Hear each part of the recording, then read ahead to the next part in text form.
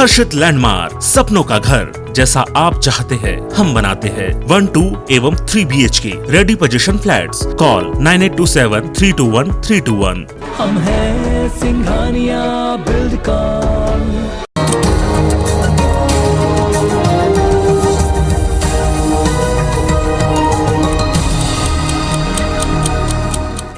नमस्कार, साथ की बड़ी बात में स्वागत है आप सभी का। मैं हूं आपके साथ श्रवण तंबोले। बुलेटिन की शुरुआत करेंगे पंजाब में मचे राजनीतिक घमासान से।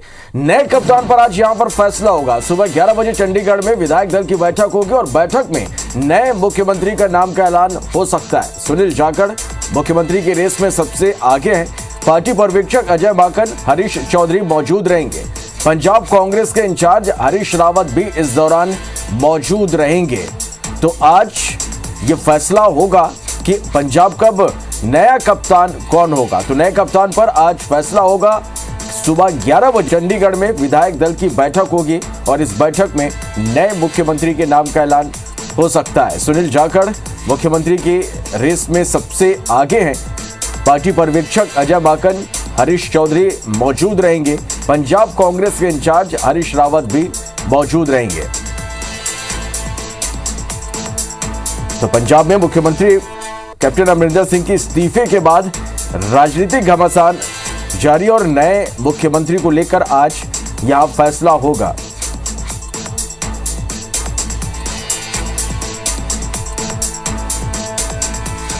चलिए, और इस पूरे मामले में मंत्री नरोत्तम मिश्रा ने क्या कुछ कहा, ये आपको सुनवाते हैं।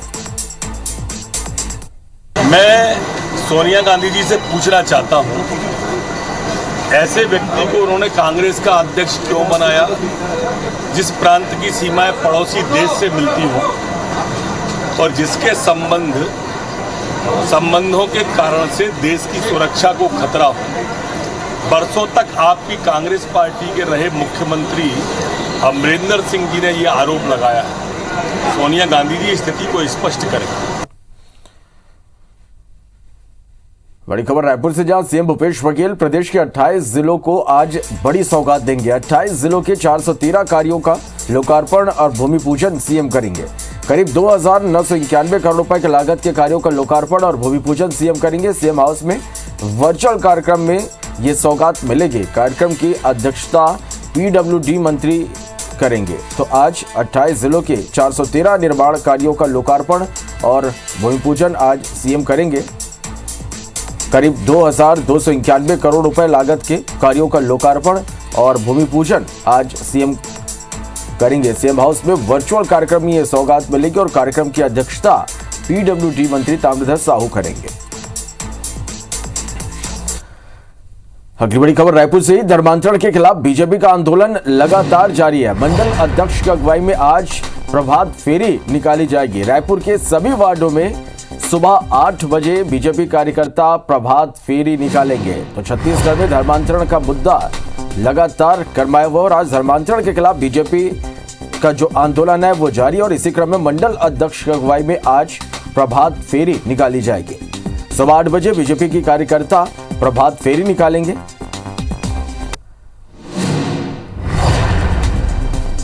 तो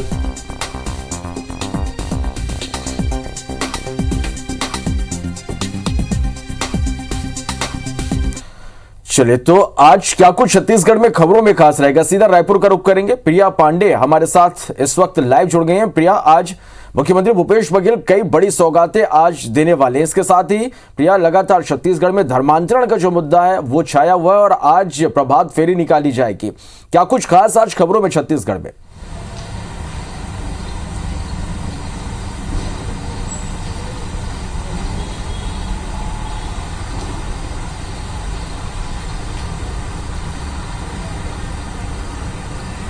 प्रिया, आप तक मेरी आवाज पहुंच रही तो जानना चाहेंगे कि आज छत्तीसगढ़ में खबरों में क्या कुछ खास रहने वाला है आज?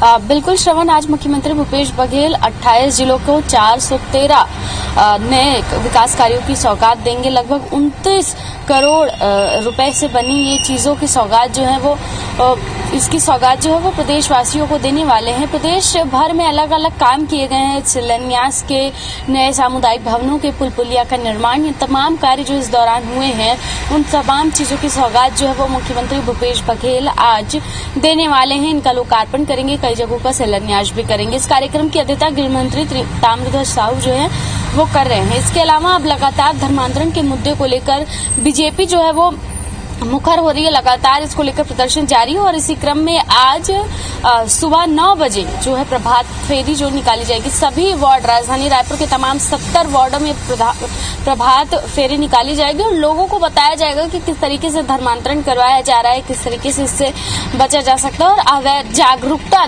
धर्मांतरण के लिए किस तरीके से करवाया जा सकता है। इन तमाम विषयों को लेकर बीजेपी आज तमाम 70 वार्डों में पहुंचेगी। अभी सेवा और समर्पण प्रधानमंत्री नरेंद्र मोदी के जन्मदिन पर सेवा और समर्पण अभियान की जो शुरुआत की गई है उसी क्रम में इसे भी किया जा रहा है। सेवा और समर्पण अभियान के तहत ही आज प्रभात फेरी निकाली जाएगी और लगातार प्रदेश में धर्मांतरण को एक बड़ा मुद्दा, एक चुनावी मुद्दे के रूप में भाजपा तैयार कर रही है। लगातार इसको लेकर प्रदर्शन चल रहे हैं और अभी जो प्रधानमंत्री नरेंद्र मोदी के जन्मदिन के लिए 20 दिनों का जो कार्यक्रम तय किया गया है उसमें भी धर्मांतरण के एक मुद्दे को शामिल किया गया है। इसके अलावा भी कल बीजेपी की जो प्रदेश संगठन की बैठक हुई उसमें राष्ट्रीय नेतृत्व भी शामिल थे। उसमें भी धर्मांतरण को किस तरीके से मुद्दा बनाया जाए, किस तरीके से लोगों के बीच धर्मांतरण जैसे मुद्दे को लेकर जाया जाए, इस तमाम विषयों पर चर्चा हुई है और आज प्रभात फेरी जो है वो सुबह 9 बजे निकाली जाएगी। तो तमाम हलचलें हैं श्रवण आज दिन भर के लिए। चलिए प्रिया, इन खबरों से जुड़ी अपडेट लगातार हम दर्शकों तक पहुंचाएंगे। फिलहाल के लिए बहुत शुक्रिया इस पूरी जानकारी के लिए। बढ़ते आगे, प्रधानमंत्री नरेंद्र मोदी के जन्मदिन को देश में सेवा और समर्पण के रूप में मनाया जा रहा है। छत्तीसगढ़ में भी 20 दिनों तक अलग अलग कार्यक्रम तय किए गए। इन कार्यक्रमों की समीक्षा के लिए रायपुर के कुशाभाऊ ठाकरे परिसर में बैठक का आयोजन हुआ और बैठक में बीजेपी के कई दिग्गज नेता शामिल हुए। इस अभियान के तहत अब तक 4.5 लाख स्वास्थ्य स्वयंसेवकों ने रजिस्ट्रेशन कराया है। ये लोग कोरोना की संभावित तीसरी लहर से लेकर हर तरह की प्राकृतिक आपदा में लोगों की मदद करेंगे। वहीं गरीब परिवार की तरफ से 11 लाख धन्यवाद पोस्ट कार्ड पीएम को भेजे जाएंगे। बीजेपी शंकर नगर मंडल ने भी इस मौके पर 71 शिक्षकों को सम्मानित किया। इस मौके पर पूर्व मुख्यमंत्री डॉक्टर रमन सिंह, रायपुर सांसद सुनील सोनी भी मौजूद रहे। इस दौरान बीजेपी के 15 मंडल अध्यक्षों का भी सम्मान किया गया।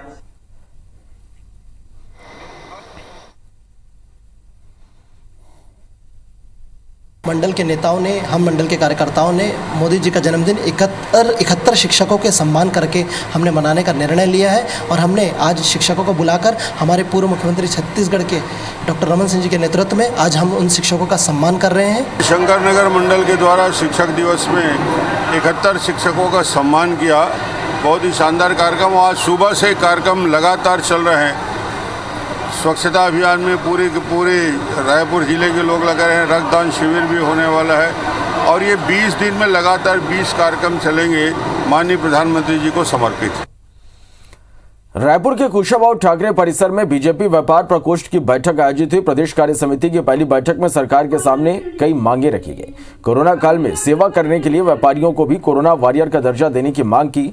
साथ ही कोरोना काल में दुकानों का बिजली बिल और संपत्ति कर माफ कर राहत देने की भी मांग रखी गई। इसके अलावा हर जिले में रायपुर के तर्ज पर थोक बाजार को बाहर स्थानांतरित कर व्यापारियों को जमीन देने की मांग रखी गई। इसके अलावा चेक पोस्ट खत्म करने और इंस्पेक्टर राज खत्म कर भय मुक्त व्यापार का माहौल देने के लिए राजनीतिक प्रस्ताव पारित किया गया।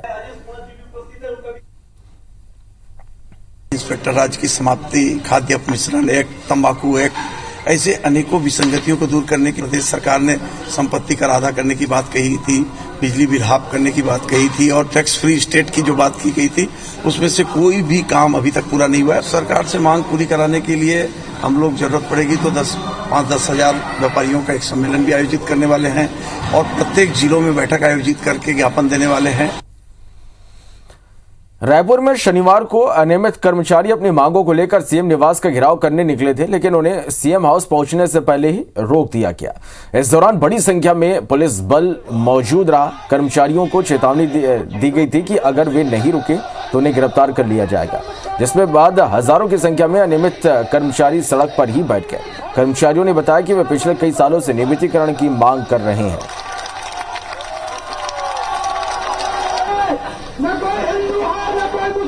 हमारे कोरोना योद्धाओं के साथ बहुत बड़ा अन्याय हुआ है, विद्युत मंडल के कर्मचारियों के साथ अन्याय हुआ है। कुल मिलाकर छत्तीसगढ़ की माटी में यह शोषण, यह अनियमित कर्मचारियों का नियमितीकरण जब तक नहीं होगा, ये आंदोलन जारी रहेगा। डू और डाई करो या मरो, हमको परमानेंट करो। हम लोग मुख्यमंत्री निवास का घेराव करने गए हैं। जो हमारे 20,000 नियमित पद निकाला गया है उसको तत्काल निरस्त करते हुए हमारे सारे नियमित कर्मचारियों को समायोजित की जाए। जो 8,000 हमारे कर्मचारियों को निकाला गया है उन्हें तत्काल सेवा में लिया जाए और जिनके वेतन वृद्धि नहीं हो रही है उनकी तत्काल। बढ़ते के गोंडवाना के वीर शहीद राजा शंकर शाह और कुंवर रघुनाथ शाह के बलिदान दिवस के बहाने राजनीतिक दलों में आदिवासियों को साधने की होड़ लगी है। देश के गृह मंत्री अमित शाह ने आदिवासी नायकों को नमन कर कांग्रेस को निशाने पर लिया। वहीं सीएम शिवराज सिंह ने आदिवासियों के लिए घोषणाओं की झड़ी लगा दी। इधर कांग्रेस के नेताओं ने भी शहीद गोंड नायकों को याद किया और बीजेपी पर जमकर बरसे।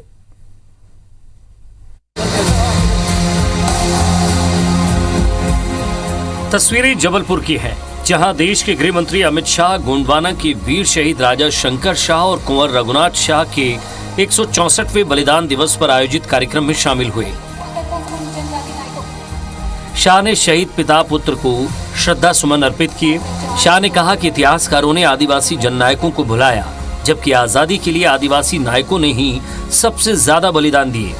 शाह ने कहा कि कांग्रेस ने आदिवासियों के साथ सिर्फ वोट बैंक की राजनीति की। सीएम शिवराज सिंह चौहान ने मंच से आदिवासियों के लिए कई घोषणाएं की। उन्होंने छिंदवाड़ा विश्वविद्यालय का नाम राजा शंकर शाह के नाम पर रखने, 1 नवंबर से प्रदेश के सभी आदिवासी ब्लॉक में राशन की होम डिलीवरी और पैसा एक्ट लागू करने समेत कई ऐलान किए। सीएम शिवराज सिंह चौहान ने भी कांग्रेस पर निशाना साधा। उन्होंने कहा कि कांग्रेस ने आदिवासियों को सिर्फ छलने और धोखा देने का काम किया है। कांग्रेस ने आजादी के बाद कांग्रेस की सरकारों ने जब हमें आजादी का इतिहास पढ़ाया तो केवल कुछ लोगों का नाम बताया, लेकिन वो भूल गए राजा शंकर साहब को, रघुनाथ साहब को, भीमा नायक को, खज्जा नायक को।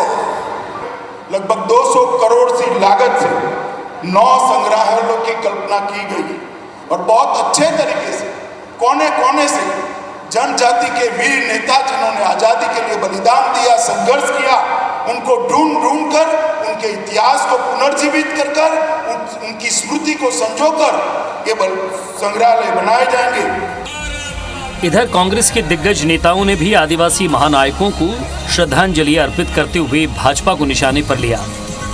कांग्रेस नेताओं ने आरोप लगाया है कि अपनी जमीन खिसकता देखकर बीजेपी को आदिवासियों की याद सता रही है। उन्होंने आरोप लगाया कि पूरे प्रदेश में आदिवासियों पर अत्याचार हो रहे हैं और प्रदेश बीजेपी आदिवासियों का कार्यक्रम कर रही है। इधर युवक कांग्रेस ने भी शंकर शाह और रघुनाथ शाह के बलिदान दिवस पर प्रेरणा रैली निकाली। बसपा नेताओं ने भी आदिवासी हितों का संकल्प दोहराया। राजा शंकर शाह और कुंवर रघुनाथ शाह जी का बलिदान दिवस है। इस उपलक्ष्य में पूरे युवा आज जबलपुर में पूरे संभाग के युवा इकट्ठा होकर एक उनके श्रद्धांजलि के रूप में बाइक रैली निकाल रहे हैं। और आदिवासियों की बात सुन लो कि आपके प्रांतीय भारतीय जनता पार्टी के अध्यक्ष और वो सब उनके नेता किस प्रकार भारतीय हमारे आदिवासी भाइयों का शोषण कर रहे हैं। राजनीतिक मर्यादा में भी ऐसे महापुरुषों के जो जन्म जयंती और बलिदान के दिन होते हैं, उस दिन किसी को भी राजनीति नहीं करनी चाहिए। पूरा वर्ष पड़ा है, जब मर्जी आए वो करते रहे। योगदान को हर व्यक्ति पूरा देश जानता है। ये है कि आज़ादी के बाद से जिन्होंने भी इस देश की अगुवाई की, उन्होंने नाम दबाने का कोशिश किया गया उस समय से। 70 साल से कांग्रेस ने राज किया, वो जिम्मेदार है। इस देश में 7 साल से बीजेपी राज कर रही है, वो जिम्मेदार है। आज आदिवासी के पीछे, SC ST के पीछे भाग रहे हैं साथियों, लेकिन आने वाले समय में इनको कोई बहुमत नहीं देगा, कोई सरकार नहीं बनाएगा। अमित शाह ने उज्ज्वला 2.0 योजना का शुभारंभ भी किया और इस योजना की हितग्राही महिलाओं को गैस कनेक्शन की सौगात दी। अमित शाह के इन कार्यक्रमों आदिवासियों और महिलाओं को साधने की कवायद से जोड़कर भी देखा जा रहा है। बीजेपी सरकार आजादी का अमृत महोत्सव भी मना रही है। इन कार्यक्रमों के जरिए बीजेपी की कोशिश आगामी चुनाव से पहले जनता के बीच पहुंचने और उन्हें अपनी उपलब्धि बताने की है। विजेंद्र पांडे, IBC 24, जबलपुर। मध्य प्रदेश के ऊर्जा मंत्री हरदीप सिंह डंग ने अफगानिस्तान में तालिबान के कब्जे के बाद कहा कि जो हालात दिख रहे हैं वो गड़बड़ है। उन्होंने आशंका जताई कि जो गड़बड़ है वो 15-20 साल बाद यहाँ पर भी ना हो। अगर हमारे घर में बकरी का बच्चा घुस जाए तो भगाने के लिए लकड़ी भी नहीं मिलेगी। हमें मजबूती से इसके लिए तैयार रहना चाहिए ताकि देश की सुरक्षा में हम कदम उठा सकें। उन्होंने ये भी कहा कि यहाँ की महिला शक्ति कमजोर नहीं है। हालांकि जब मंत्री से ये सवाल हुए कि हमें कैसी तैयारी करनी चाहिए तो वे मुस्कुरा दी। कहना कि हर हिंदुस्तानी को तैयार रहना चाहिए अपने देश के लिए, और देश से बड़ा हमारे लिए कुछ नहीं हो सकता है। तो ये तैयारी हमेशा अपने मन में, दिमाग में और दिल में रहना चाहिए कि हम जिए तो देश के लिए और मरे तो देश के लिए। तैयारी ये रहना चाहिए कि लकड़ी अगर भगाने के लिए रहती है तो मन में अगर है कि हमें कोई सुरक्षा करनी है तो हमारे मन से तैयार रहना चाहिए। बढ़ते आगे। और इस बीच बड़ी खबर, मध्य प्रदेश में भारी बारिश का अलर्ट जारी किया गया। भोपाल से खबर है जहां पश्चिमी मध्य प्रदेश में मानसून सक्रिय हुआ है। राजगढ़, झाबुआ, रतलाम, उज्जैन में भारी बारिश के आसार हैं। शाहजहांपुर, आगर, मंदसौर में भी भारी बारिश हो सकती है। भोपाल, होशंगाबाद, उज्जैन, ग्वालियर, चंबल संभाग में भी बारिश के लिए अलर्ट जारी किया गया। गरज चमक के साथ बारिश के आसार है। मौसम विभाग ने अलर्ट जारी किया है।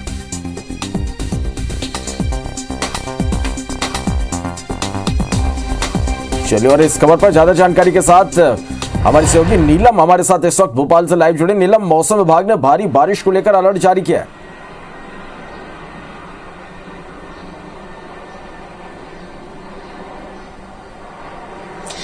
जी बिल्कुल, मौसम विभाग ने पूरे लगभग मध्य प्रदेश के, पूर्वी मध्य प्रदेश के हिस्सों में भारी बारिश के लिए अलर्ट जारी किया है।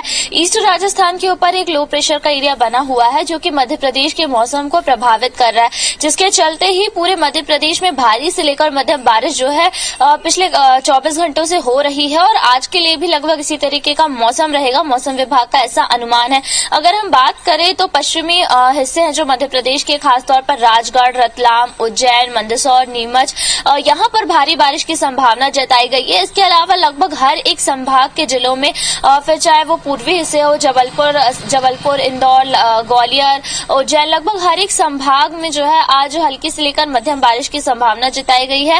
राजधानी भोपाल में भी पिछले 24 घंटों में अच्छी बारिश हुई है और आज भी लगभग इसी तरीके का मौसम रहेगा और आने वाले कुछ 1-2 दिन तक इसी तरीके के मौसम रहेगा, क्योंकि कई सारे सिस्टम्स जो है लगातार बनते जा रहे हैं मध्य प्रदेश में।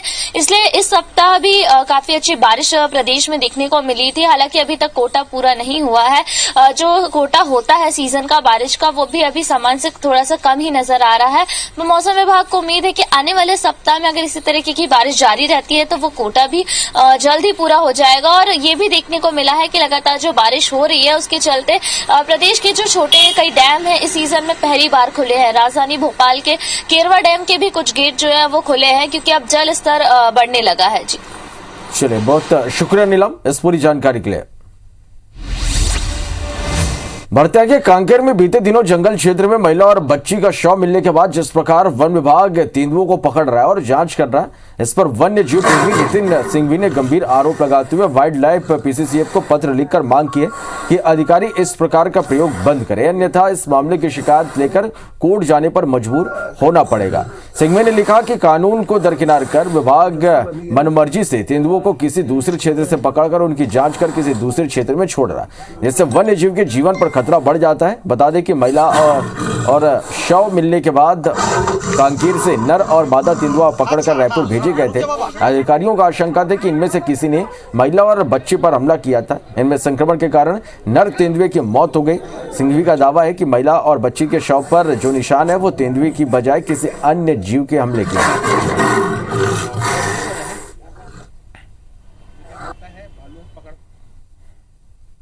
PCCF वाइल्ड लाइफ को चिट्ठी लिखी है कि आप जो ये कार्रवाई कर रहे हैं ये वन्य प्राणी संरक्षण अधिनियम 1972 के प्रावधानों के विरुद्ध है और आप इसको तत्काल बंद करिए, अन्यथा कोर्ट की कार्रवाई की जाएगी। पिंजरा लगाएं और फिर हम एक एक तेंदुए को पकड़ें और उसको जांचें, और जांचने का हमारे पास कोई अधिकार नहीं है। जांच के हम नहीं पता लगा सकते कि उसने किसी मानव का शिकार किया है। राजधानी रायपुर में चाकूबाजी की वारदात नहीं थम रही। कल खमतराई थाना इलाके के बनपुरी में चाकूबाजी में एक युवा गंभीर रूप से घायल हो गया। जानकारी के मुताबिक बनपुरी इलाके में लूडो खेल रहे युवा के पास पहुंचे 3 कार सवार युवकों ने वीरेंद्र रात्रे नाम के युवक पर देशी कट्टे से फायर किया, लेकिन ये मिस फायर हो गया, जिसके बाद एक युवक ने चाकू निकालकर उसके सिर पर और पेट में वार कर दिया और सभी आरोपी कार में बैठकर फरार हो गए। पुलिस के मुताबिक पिछले दिनों आरोपियों के दोस्त की हत्या वारदात में घायल वीरेंद्र रात्रे के भाई ने की थी, जो अभी जेल में है। इस बात की रंजिश को लेकर यह हमला हुआ है। पुलिस ने 2 आरोपियों को गिरफ्तार कर एक देशी कट्टा और चाकू बरामद कर लिया है और तीसरे आरोपी की तलाश की जा रही है। पुराने इनकी कोई रंजिश है, रंजिश के चलते कट्टा दिखाकर और चाकू से वार किए हैं, जिसपे इसको चोटाई है, जिसपे पुलिस ने अपराध कायम करके और आरोपी जागेश्वर वर्मा, भरत और जागेश्वर चंद्राकर को गिरफ्तार कर लिया है। आरोपी की तलाश जारी है। मुख्यमंत्री भूपेश बघेल ने कल रायपुर में कई गणेश पंडालों में भगवान के दर्शन किए। सबसे पहले कालीबाड़ी स्थित गणेश पंडाल पहुंचे और यहां विराजमान भगवान गणेश की मूर्ति के दर्शन किए। उन्होंने प्रदेश की खुशहाली का आशीर्वाद मांगा। इसके अलावा उन्होंने कंकाली तालाब, आजाद चौक और ब्राह्मणपारा में स्थापित पंडालों में जाकर भगवान गणेश की पूजा की। अग्रसेन चौक स्थित गणेश मंदिर और श्री बुढ़ेश्वर महादेव मंदिर में जाकर भी सीएम भूपेश ने आराधना की और इस मौके पर संसदीय सचिव विकास उपाध्याय, विधायक कुलदीप सिंह जुनेजा समेत कई कार्यकर्ता भी मौजूद रहे। छत्तीसगढ़ में गणेश पूजा के बहुत प्राचीन परंपरा रही है और सार्वजनिक गणेश उत्सव बाल गंगाधर तिलक ने पुणे से शुरुआत की और तब से ये परंपरा चली आ रही है। राजनांदगांव और रायपुर की झांकी तो पूरे छत्तीसगढ़ में प्रसिद्ध है। लोग दूर दूर से झांकी देखने आते हैं। तो आज गणेश दर्शन के लिए निकला था। चलिए तो इसी के साथ फिलहाल इस बुलेटिन में इतना ही। लगातार खबरों का अपडेट के लिए आप बने रहिए और देखते रहिए IBC 24। नमस्कार।